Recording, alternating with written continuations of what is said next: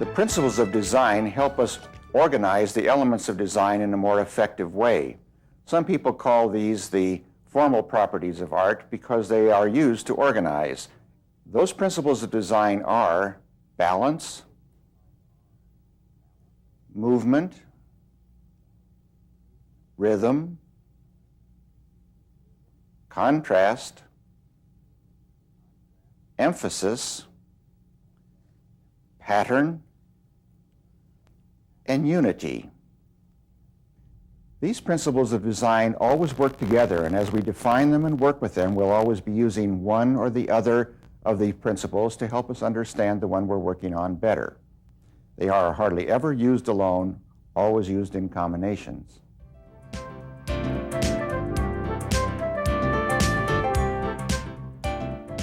What I'm trying to do here is to balance these two elements on this ruler. I've got a heavy full can of Coke and a little jar of tempera paint. I'm trying to find a way that I can balance these. Balance is a sense of being comfortable in this, and it's also a sense of being comfortable in a work of art. So in our works of art, we have to have balance also.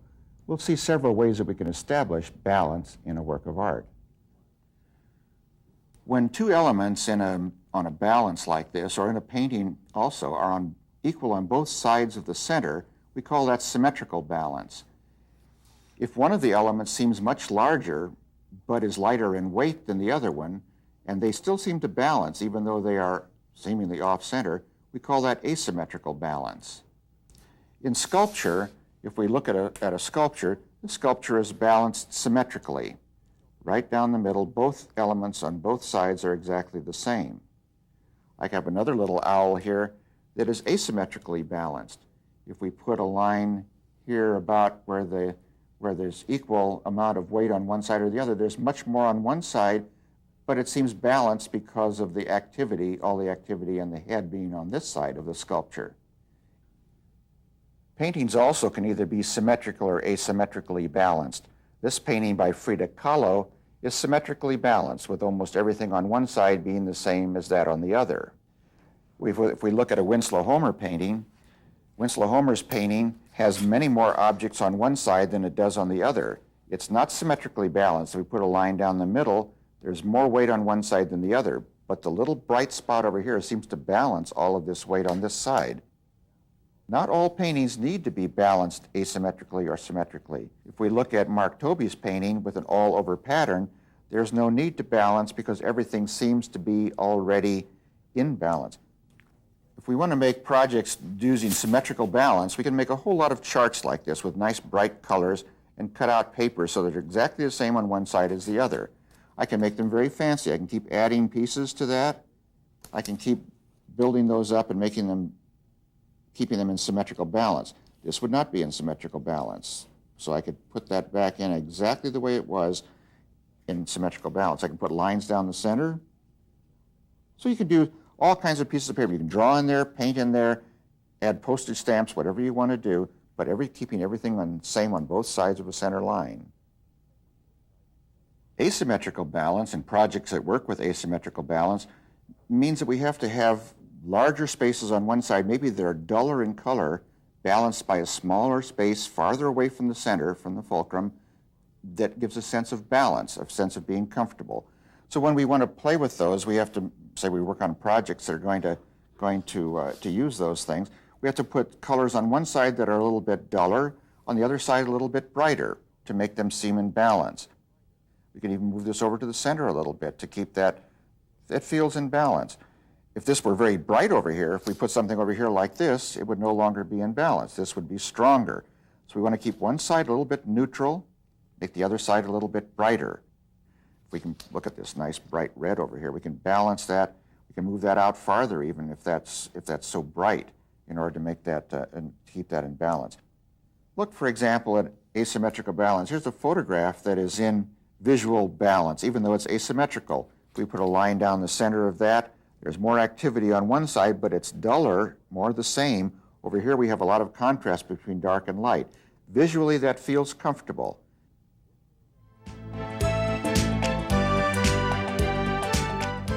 Movement as a principle of design is the way we have of organizing the painting by forming movement toward a focal area. The focal area in this painting of Diego Rivera's is the place where the slave is being freed with the knife. Notice all the shapes, the dark shapes, move toward this place. The light shapes down here move toward this place. So shapes move toward this place. That's a kind of movement that we have in the painting. In sculpture also, we have visual movement. Our eye moves like from the tail here, across the back, up to the focal area, which happens to be the head and with these floppy ears. Most of the time, the focal area in an animal would be the head. And movement is very important in a sculpture. We can feel it with our hands as that movement goes toward the focus. Movement goes along long shapes like this. Such long shapes will help direct our eye toward some part of the painting. We can make a little project by putting some of these shapes down, these long shapes down this way, and then putting a different kind of paper, a different kind of shape where the focal area would be. See, we can bring these in close so that our eye moves along these lines toward that focal area. If we put a little mat over that, we have a very nice design that will show movement toward a focus, visual movement toward the focus. We can use curved pieces, which are much more interesting and much more fun to work with, also to move toward a focal point. So before you collage these down, stick them down, you can have them overlapping, winding around, but they're all curved pieces, all leading toward a focal area. That focal area, of course, is right in here. Notice how your eye just moves automatically on those long pieces. If we put a different shape in there, like a little rectangle, that makes it, I can put a little red dot in that rectangle even to make that definitely a focal area. And see if I put a mat over that. You can't help but be drawn in on that, and that's what visual movement does in a painting. It pulls the outside edges right into the focal point. What I'm doing here is arranging a bunch of black pieces of paper on a white background in order to produce movement. I'm going to make a collage out of this, but I want movement to go on white spaces into some, like this is going to be the focal area, that our eye will move on this, our eye will move on this. See those long pieces, like in our last exercise, those long pieces will help produce movement. And this is what we call visual movement, or passage from one part of the painting to the other. A lot of paintings need to have that in order to hold them together. In one of my watercolors, we can analyze a little bit and see how movement works in a painting. This house is a focal area. This is a painting done in Hawaii. Notice how the light moves from here, from the lower left-hand corner up to the focal area. From the sky up on top, down into the focal area. From the upper left-hand corner, these neutral grays move down into the focal area. Everything in the painting leads to the focal area. Big shape over here on the right side moves down into the focal area, almost like those little strips that we cut, only this is with actual subject matter. So every painting, like a landscape like this, is more effective if there is a focal area and then movement on light value or dark value, visual movement to that focal area.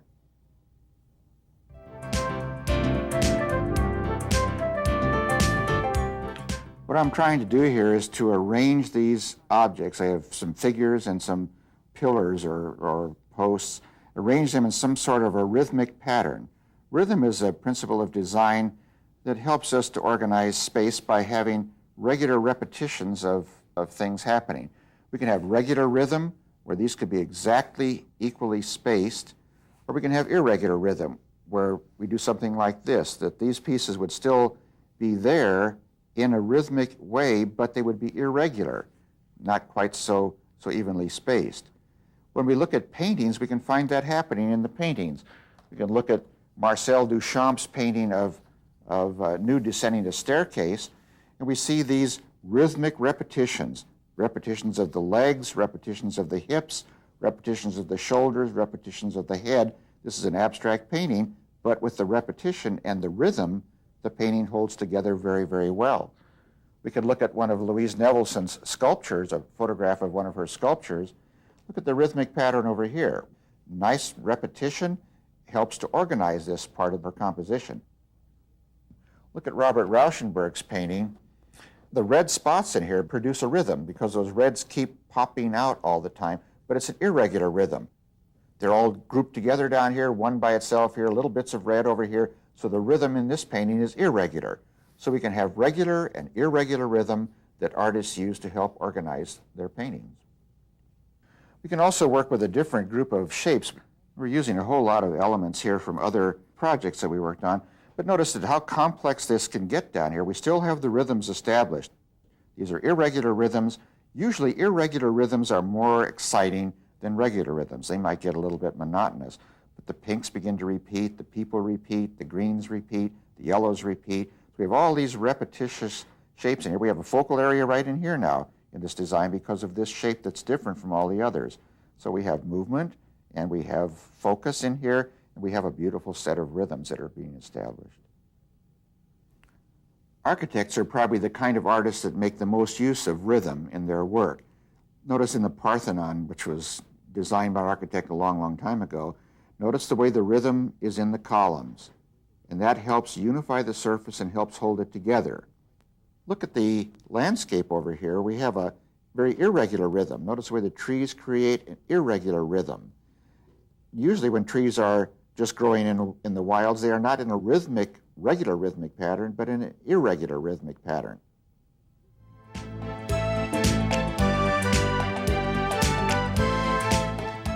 What I'm doing here is feeling the contrast between a smooth surface and a rough surface on this ceramic pot.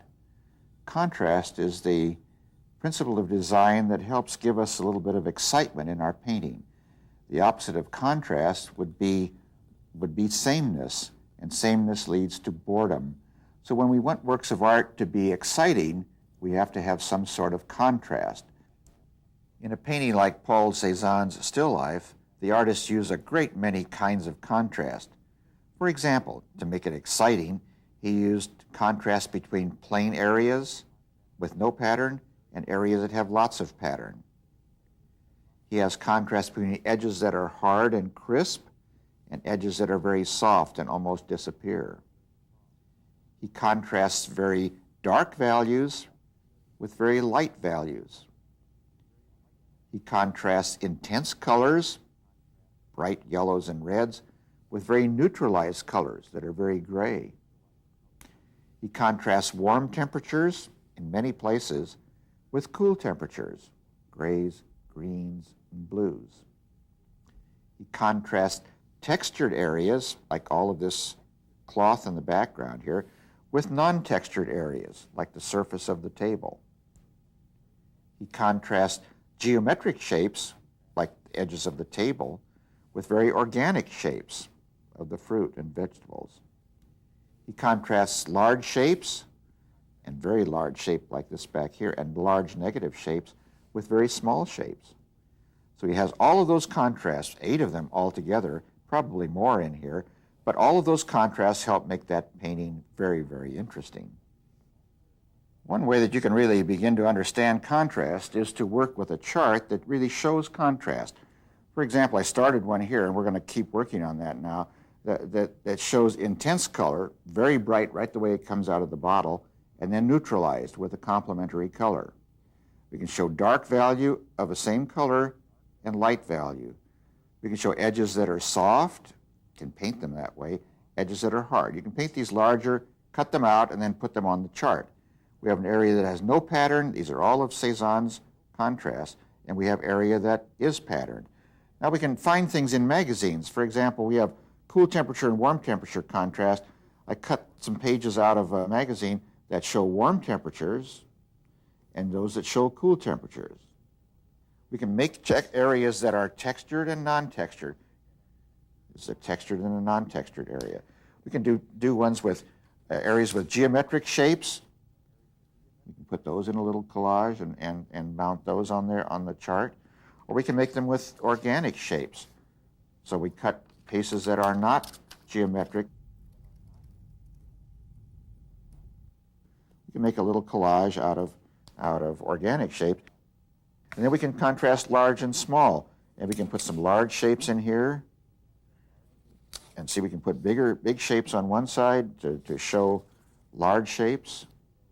And then we can put confetti-like pieces on the other side. This is something that makes a big mess, but it also emphasizes the fact that there are the difference between large shapes and small shapes. And then you have a chart that has 8 different kinds of contrasts on it.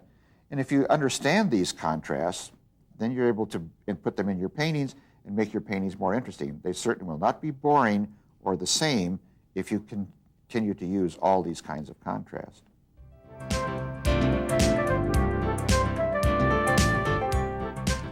I'm working on a collage here that is going to emphasize emphasis. And we're going to put, this is really emphasizing very warm colors, and they're going to contrast with cool colors.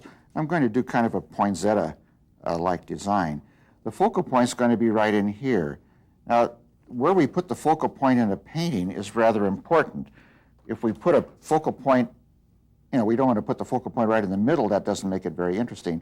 If we make a few lines on our paper before we start, where these cross, this is a good place for a focal point, here and here and here and here.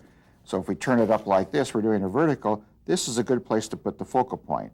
And we're going to emphasize movement toward that focus, and then the focus itself will be my point of emphasis. This is going to be kind of an abstract collage of a poinsettia plant. So we'll put some of these colors down. These are nice bright red colors, and I'm using 2 values of the colors. You see that? One's darker than the other. By doing that, I'm able to make shapes inside of this big overall pattern of poinsettias. So I will have light shapes and dark shapes. If I put the dark shapes together like this, one next to the other one, I'm creating movement. See, I'm moving from one shape to another, but the values are the same, moving toward the focus up here. So if I keep doing this, I'll be able to fill the whole page up with these big pieces of nice bright red color. In the focal area itself, I want to have something a little bit different. And in a poinsettia, that focal area might be pieces of yellow. The emphasis on this in this collage is on the red and on movement toward the focus. So I'll fill this whole page up with pieces of red color this way. Then we'll take a look at it and see how the design will look when it gets finished. Just putting the finishing touches in here. This is a nice red design, and it will show how the emphasis begins to work. And I'm really putting some brighter yellow colors in the focal area because that's my point of emphasis in here. Now look how these colors all begin to work together. This is kind of an abstract design now. It turned out a little bit more abstractly. I put colors over the top and changed them a little bit. This one is very abstract. I've done another one that I did before that is a little bit more realistic but has the same properties to it, that the emphasis is really on moving up into the painting toward this focal area. Here there is great contrast, so the emphasis is placed right there. But the emphasis is really also on the fact that this is a warm painting with cool contrast. The emphasis is on a warm dominance with cool accents, and then the focal area being in this location up here. Notice how Toulouse-Lautrec, when he made this painting, made the emphasis up in here. This is where we would call our focal area. And he has these big shapes leading up to that focal area. Actually, the emphasis here is on this group of people. The contrast in here between warm and cool and dark and light make the emphasis right here, and that becomes our focal point. Not all paintings really need to have that. Look at Jasper John's painting here, which doesn't have any focus. The emphasis here is on color and on the rhythmic pattern that is being developed, not on a focal point.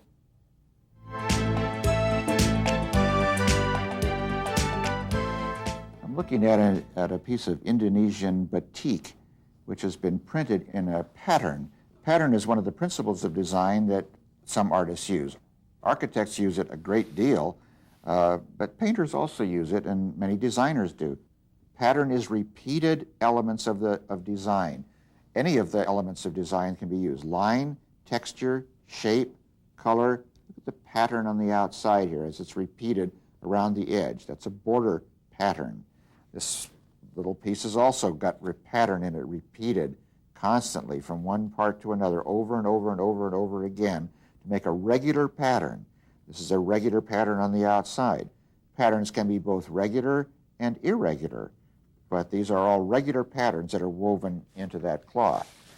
Wallpaper also has a pattern.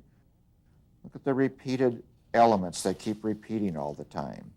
Here are repeated lines, repeated textures, and since they're repeated on regular intervals, we call this regular pattern. We can find pattern in nature also, both regular and irregular. When you cut into a piece of fruit like this grapefruit, you can find regular pattern. Those segments are repeated again and again all the way around this circular design. Here we have a rock that has holes in it. The holes make a pattern in the rock. Those patterns are irregular. They're not in a regular sequence. I'm just experimenting a little bit here with this. It's just an eraser that I'm printing. Printing is very probably the best way to show repeat patterns because you can repeat exactly the same shape again and again, but I can make it irregular. Here's the same shape repeated, but it becomes irregular as far as the pattern is concerned. If we want to make regular patterns, then we have to lay out a design on a piece of paper that is in a regular pattern. If I take this angel and print it and put it in one of these spots, and print it again here, and print it again here. And see, I can work it like this. This is called a drop pattern when they don't show up right directly below, one below the other, but drop down and move over to the side. That's called a drop pattern. And that's the way you see a lot of wallpaper is made that way. So you just would alternate squares that way and build up a regular pattern. I can also take those same things and make irregular patterns with them. I can use the angel and make an irregular pattern by putting the angel there and putting her there. And see, I can just make an irregular pattern. The angel is repeated, the element is repeated, but it's repeated in an irregular way. I'm making pattern here, in three-dimensional pattern actually, making it in a piece of clay. Pattern in clay is fun to make. See, this is a regular pattern being repeated just one mark after another. I could use other kinds of tools, make other kinds of patterns. See, this will make a different kind of pattern. As long as I could repeat those like a brick pattern. See, I could do them this way, like a drop pattern, one alternating with the other one as it goes along here. So you have different kinds of pattern, but the pattern is the thing that makes the surface of a clay body interesting, or it makes the surface of your painting interesting also. People who work with quilts also have to use pattern continually. If an architect designs the front of a building, he wants the pattern on the front of the building to make that facade of the building more interesting. If we look at Paul Klee's painting also has pattern. Those repeated squares make pattern, like a checkerboard almost, but because of the way Paul Klee put them together, it certainly is not monotonous.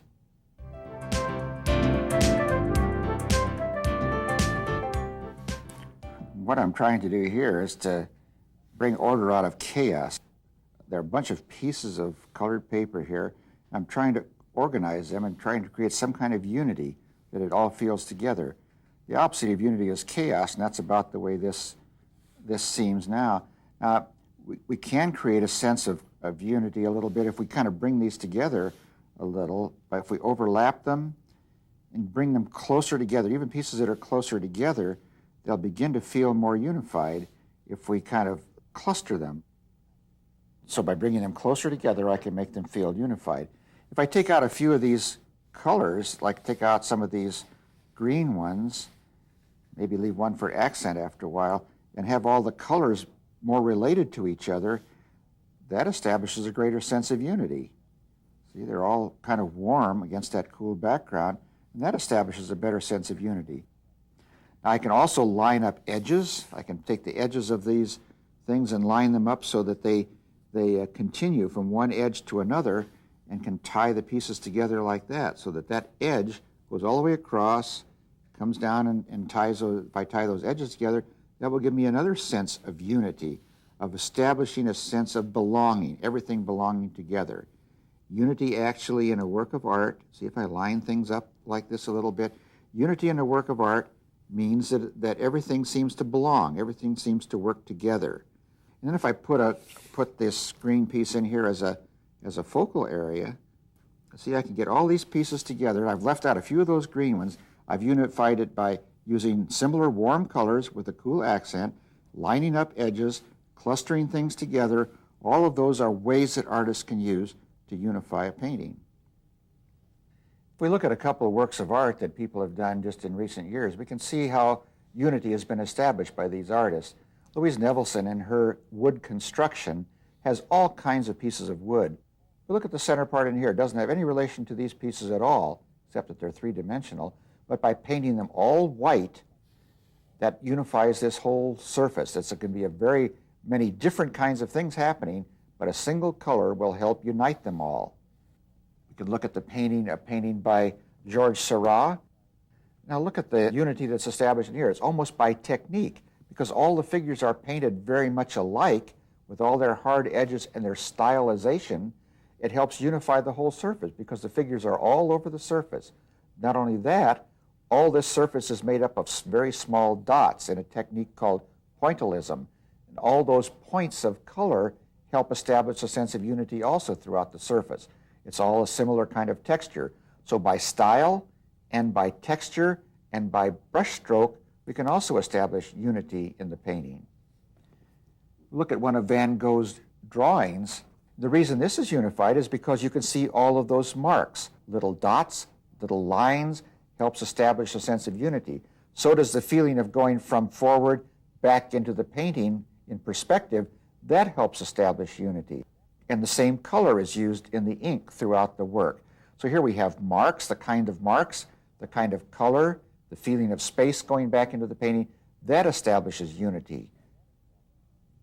Edgar Degas, in his pastel, used all of the principles of design, practically all of them, in order to make one unified statement. He used balance, asymmetrical balance. See, if we divide this up, smaller here, bigger here on this side, more activity over here. He used movement. All of these things, parts move. The values move, the colors move. Look at the rhythm that he used. All the rhythms of the hands and the arms, the rhythms of the skirts down here, all of those help unify the surface. He used lots of contrast between dark and light, between big open spaces and very congested spaces, between warm and cool. It's got all kinds of contrast happening also. Some artists, like Edgar Degas, use almost every one of the principles of design in order to complete his work. Not all artists use all the principles, but some of them use almost every one, as Degas did in his work. And when he gets done, he has a very, very beautiful, fully organized, and very cohesive and unified work.